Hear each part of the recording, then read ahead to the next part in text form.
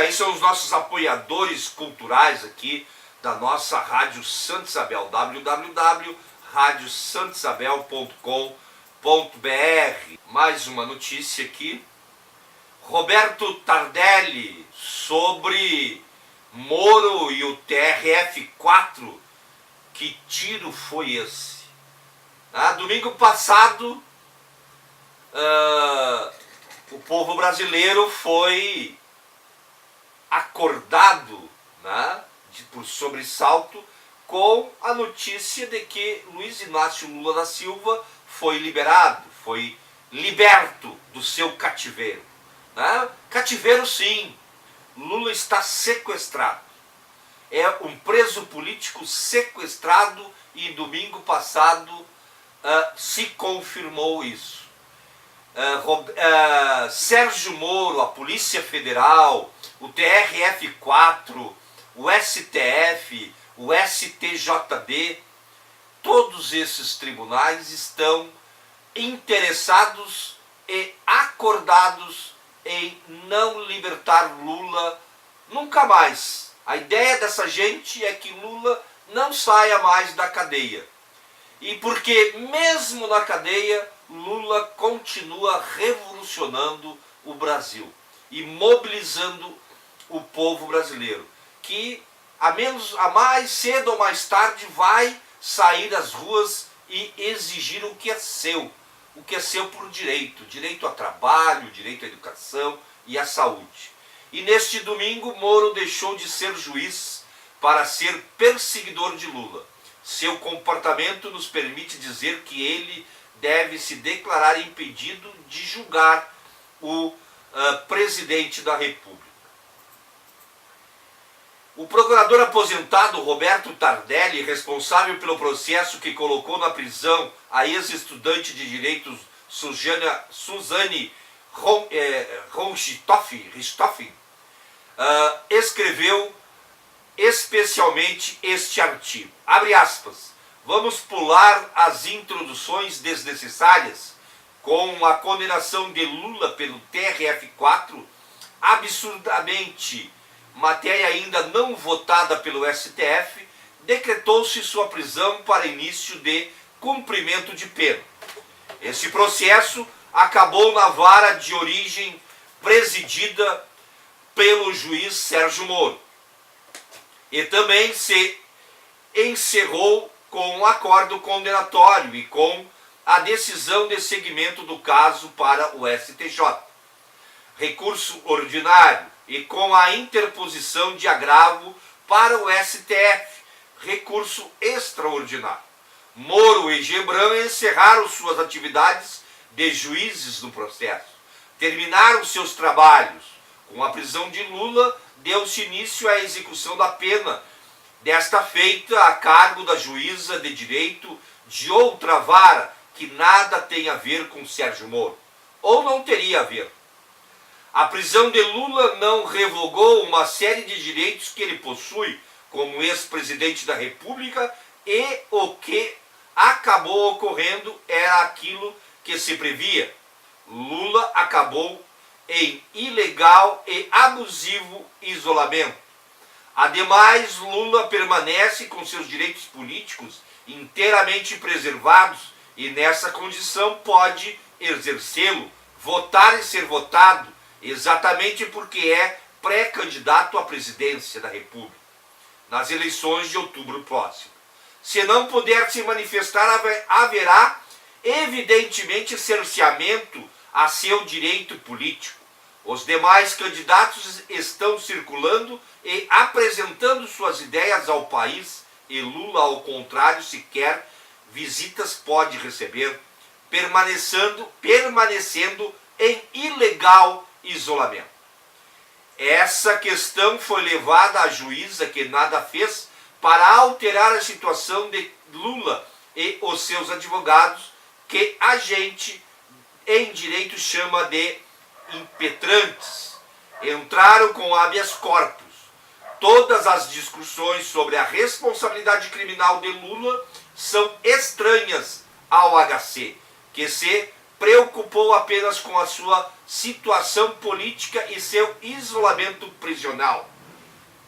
Não existe data para impletar-se HC, que pode ser apresentado ao Tribunal de Justiça de segunda a domingo e feriados. O HC foi impetrado na sexta-feira à noite e, por sorteio, havia 2 desembargadores no plantão.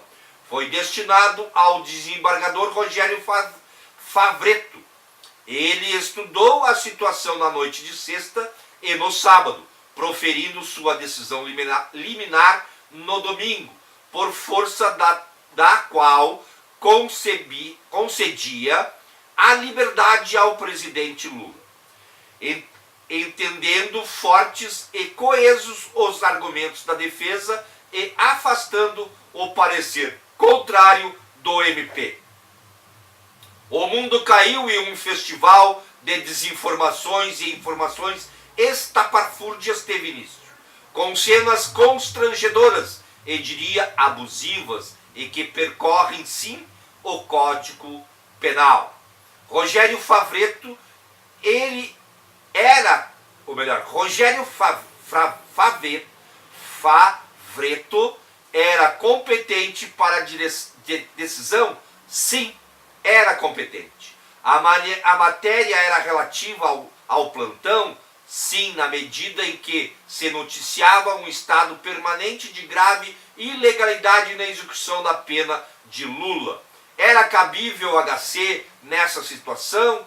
Sim, porque havia uma grave afronta ao direito do preso, não contornável por outra medida. O desembargador determinou a expedição de ofício ao diretor do presídio da Polícia Federal, em verdade, ao delegado de plantão, comunicando-lhe que Lula deveria ser posto em liberdade. Num passe de mágica, surge de suas férias o juiz Sérgio Moro, que determinou ao delegado federal que não cumprisse a ordem recebida. Aqui eu abro aspas, né? O delegado avisou que recebera uma ordem de soltura para Lula e perguntou a Moro o que fazia. Sérgio Moro poderia ter feito isso? Evidentemente que não, por várias razões. A primeira delas é que Moro não mantém com o processo mais nenhuma relação, sendo pessoa inteiramente estranha a esse habeas. Não é o juiz da execução da pena, não era o que se cuida chamar de autoridade coautora e não poderia jamais, como juiz de primeira instância, determinar a uma autoridade policial que descumprisse uma ordem emanada de um desembargador, regularmente expedida no bojo de um pedido específico. Podemos dizer que Moro agiu por interesse ou satisfação pessoal e praticou ato contrário à lei. Em outras palavras, cometeu, pelo menos em tese, crime de prevaricação previsto no Código Penal. Artigo 311. Retardar ou deixar de praticar indevidamente ato de ofício ou praticá-lo contra disposição expressa de lei para satisfazer interesse ou sentimento pessoal. Pena, detenção de 3 meses a 1 ano e multa. Qual a competência de Moro para determinar ao delegado de polícia que não cumprisse a ordem de soltura? A mesma competência que teria Tite para determinar uma substituição na seleção da Bélgica ou da França. Para a gente fazer uma analogia futebolística.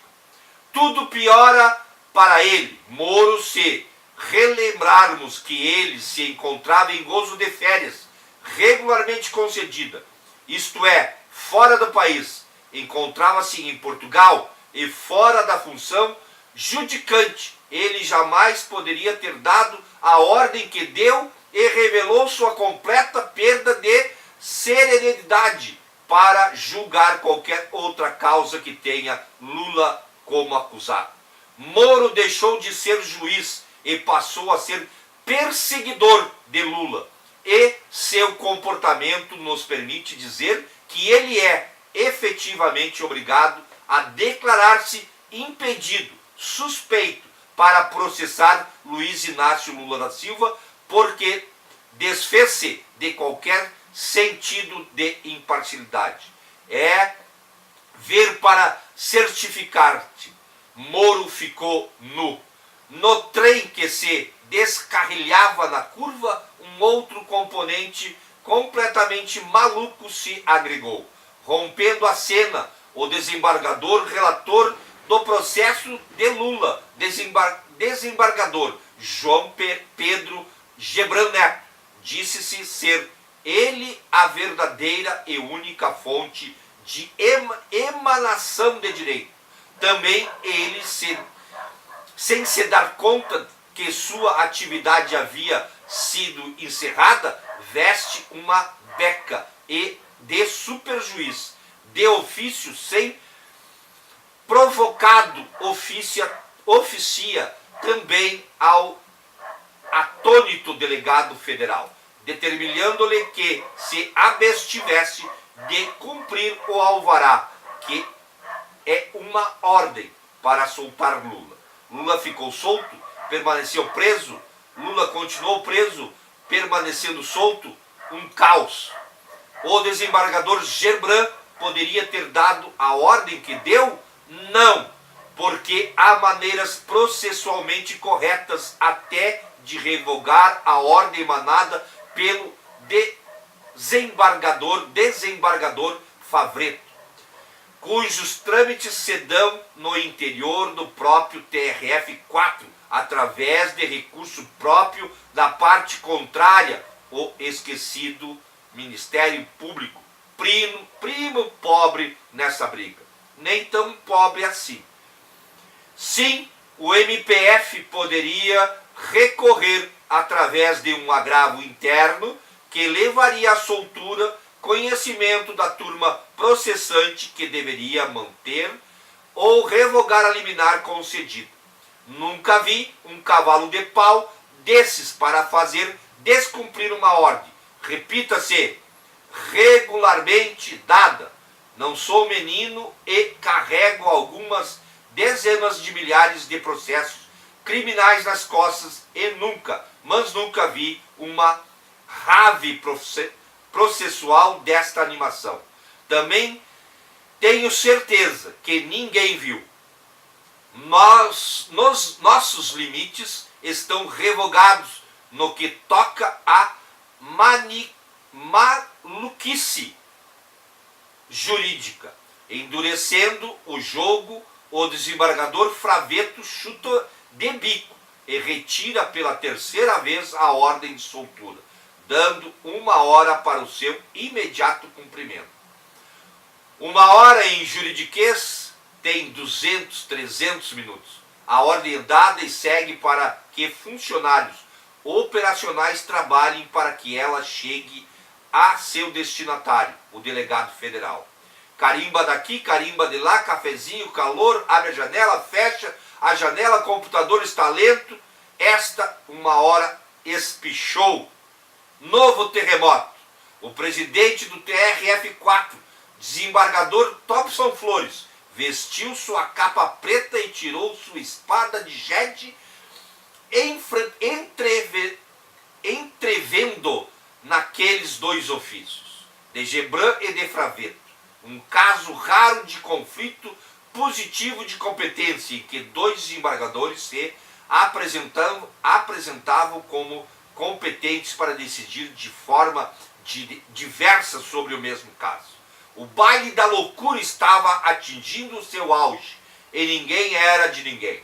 Quando ele emitiu uma 5ª ordem, a mesma autoridade policial que naquela ocasião já pensava em prender-se ele próprio a si mesmo, loucura por loucura seria apenas mais uma bereba num caso constrangedor.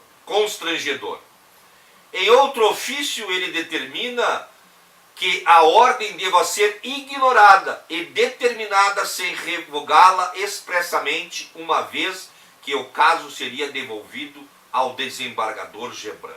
Isso cedeu, né, e o desembargador Gebran anulou todos os atos de seu colega de tribunal, inclusive quase para deixar a gente catando que tiro foi esse, ou cantando que tiro foi esse, anulando tanto e tudo, mas tanto que anulou uma das ordens de Fraveto, que foi a de dar ciência dos fatos ao CNJ e à Coordenadoria de Justiça, pela esdrúxula intervenção de Sérgio Moro.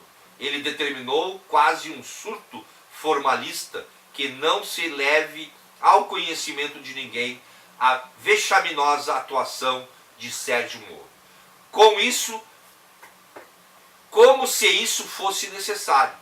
Nesse surto midiático, juízes e desembargadores disputando o cargo de juiz Marvel, quem perdeu foi o Estado Democrático de Direito.